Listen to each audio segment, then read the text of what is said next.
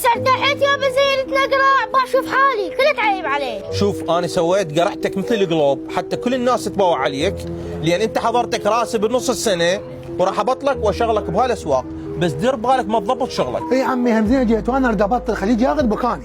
شو هذا عندك؟ دربك ضيع فرصه، يلا تعال. شباب عيني، هذا ابني بطلته من المدرسه، اريد اشغله وياكم، يعني حتى لو اي شيء، حتى لو بس يصفق. انا هيك عمر ما شغله وياي، بس اذا غلط احطه بالمجمده. لا بابا ايش تعطي المجمده؟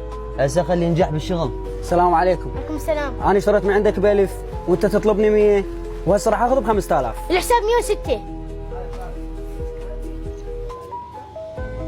حجاج عنده موهبه بالحساب الذهني، خلينا ناخذه بالعصابه. ما يهمني شيء، بس اهم شيء الفلوس. حبيبي انت منو جابك هنا؟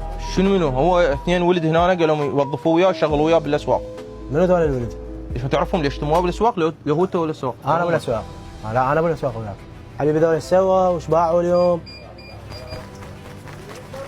باعوا نص مليون. شلون عرفت؟ انا اعرف. انا اول مره اكتشف ابني عنده موهبه تستاهل انه اوديك لمدارس الموهوبين واحط لك مليون لايك هن. هاي موهبه عظيمه.